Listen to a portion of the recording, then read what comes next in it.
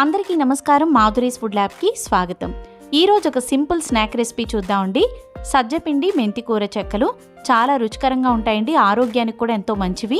క్రిస్పీగా కరకరలాడుతూ గుల్లగా ఉంటాయి. మీరు స్టోర్ చేసుకున్నట్లయితే మినిమం 15 రోజుల పాటు నిల్వ ఉంటాయి. బెస్ట్ టీ టైమ్ స్నాక్ అని చెప్పొచ్చు.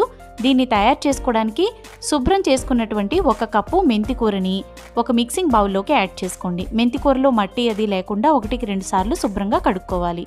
ఇందులో 1 గ్లాసు వాటర్ యాడ్ చేసుకోండి. అలాగే అర స్పూను సాల్ట్ వేసుకుని బాగా మిక్స్ చేసుకుని మినిమం 15 నిమిషాల పాటు నాననివ్వాలి.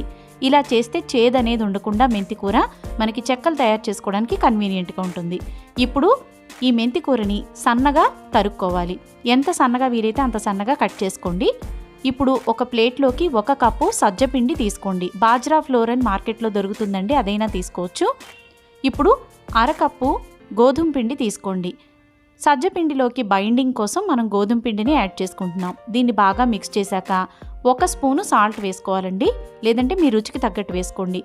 1 spoon red chilli powder add చేసుకోండి. దీని బదులు మీరు అల్లం పచ్చిమిర్చి దంచి కూడా వేసుకోవచ్చండి. కలర్ కోసం అర స్పూను పసుపు, 1 స్పూను జీలకర్ర, అర స్పూను వాము, 3 స్పూన్ల నువ్వులు, అర స్పూను ఇంగువ, చేదును కంట్రోల్ చేయడానికి అర స్పూను ఆమ్చూర్ పౌడర్ వేసానండి.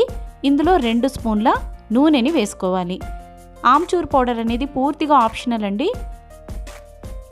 ఇవన్నీ కూడా పూర్తిగా మిక్స్ చేసేసుకోవాలి. ఇలా బాగా కలిపిన తర్వాత తరిగి పెట్టుకున్న మెంతికూర మిశ్రమాన్ని ఈ పిండిలోకి వేసేసుకోవాలి. ఇవన్నీ కూడా బాగా మిక్స్ చేసుకోండి. మెంతికూరలో తడి ఉంటుంది కాబట్టి పిండిలో బాగా కలపండి. ఇప్పుడు అర కప్పు పలచని మజ్జిగ తీసుకోండి. మజ్జిగని కొంచెంగా వేసుకుంటూ మిక్స్ చేసుకోవాలండి. ఈ పిండి చాలా గట్టిగా ఉండాలి. నార్మల్గా చపాతీ ముద్ద కంటే కూడా బాగా గట్టిగా ఉండేలాగా చూసుకోండి. ఇక్కడ నేను అర కప్పు మజ్జిగ తీసుకున్నానండి, కానీ ఇది పూర్తిగా పట్టలేదు, ఇంకొంచెం మిగిలిపోయింది.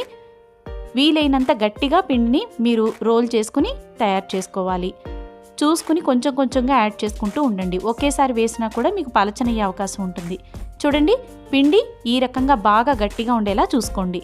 ఇప్పుడు దీనిపైన 1 స్పూను నూనెని వేసి బాగా ఇదంతా కూడా నూనె పట్టేలాగా చేసుకుని మూత పెట్టి 15 నిమిషాల పాటు రెస్ట్ ఇవ్వండి. 15 నిమిషాల పాటు ఇలా రెస్ట్ ఇచ్చిన తర్వాత ఒక్కసారి ఇలా మిక్స్ చేసుకోండి. పిండి చూసారు కదా, సాఫ్ట్గా అవుతుందండి. మెంతికూరలోని తడి వల్ల ఇది కొంచెం సాఫ్ట్ అవుతుంది. ఇప్పుడు చిన్న చిన్న ముద్దలుగా తీసుకోండి. అరచేతుల మధ్యలో పెట్టుకుని ఇలా చిన్న చిన్న బిళ్ళల్లాగా నొక్కుని పక్కన పెట్టుకోండి. మీరు చెక్కలు ఏ సైజులో తయారు చేయాలనుకుంటున్నారో దానికి తగ్గట్టుగా ఇలా బిళ్ళల్లాగా తయారు చేసుకుని పక్కన పెట్టుకోండి. ఒకేసారి 4-5 చెక్కలు రెడీ చేసేసుకుని వేపుకోవచ్చండి. ఇప్పుడు ఒక ప్లాస్టిక్ షీట్ తీసుకుని దీనిపైన ఇలా కొంచెం ఆయిల్ని అప్లై చేసుకుందాము. తయారు చేసి పెట్టుకున్న ఈ ముద్దల్ని కొంచెం కొంచెం దూరంలో పెట్టి ఈ కవర్ని ఇంకొక సైడ్ నుంచి క్లోజ్ చేసేయండి. ఇలాంటి అడుగు ఫ్లాట్గా ఉన్న డబ్బా లాంటిది తీసుకుని ప్రెస్ చేసినట్లయితే మీకు చెక్కలు తయారవుతాయి. లేదంటే పూరీ మేకర్తోనైనా చేసుకోవచ్చండి. చెక్కలు మరీ మందంగా కాకుండా పలచగా కాకుండా మీడియంగా ఉండేలాగా చూసుకోండి. ఇప్పుడు ఓపెన్ చేసి చూద్దామండి. చెక్కలు తయారైపోయాయి. వీటిని ఫోర్క్తో ఇలా అక్కడక్కడ గుచ్చుకోవాలండి. ఎందుకంటే ఇందులో మనం గోధుమ పిండి వేసాం కాబట్టి పూరీలాగా పొంగే అవకాశం ఉంటుంది. కాబట్టి ఇలా గుచ్చి రెడీ చేసుకోండి.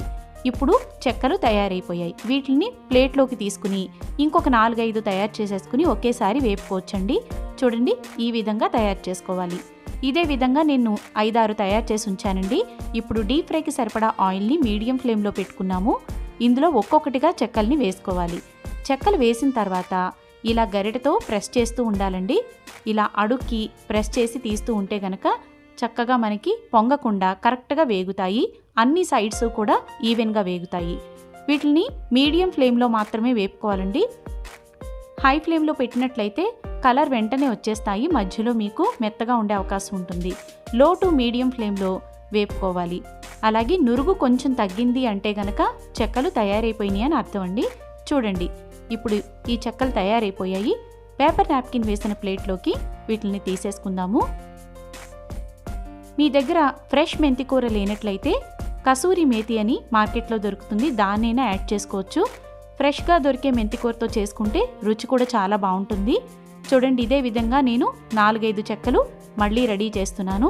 చాలా సింపుల్గా ఎంతో క్విక్గా తయారైపోయే ఈ స్నాక్ రెసిపీని తప్పకుండా ట్రై చేయండి.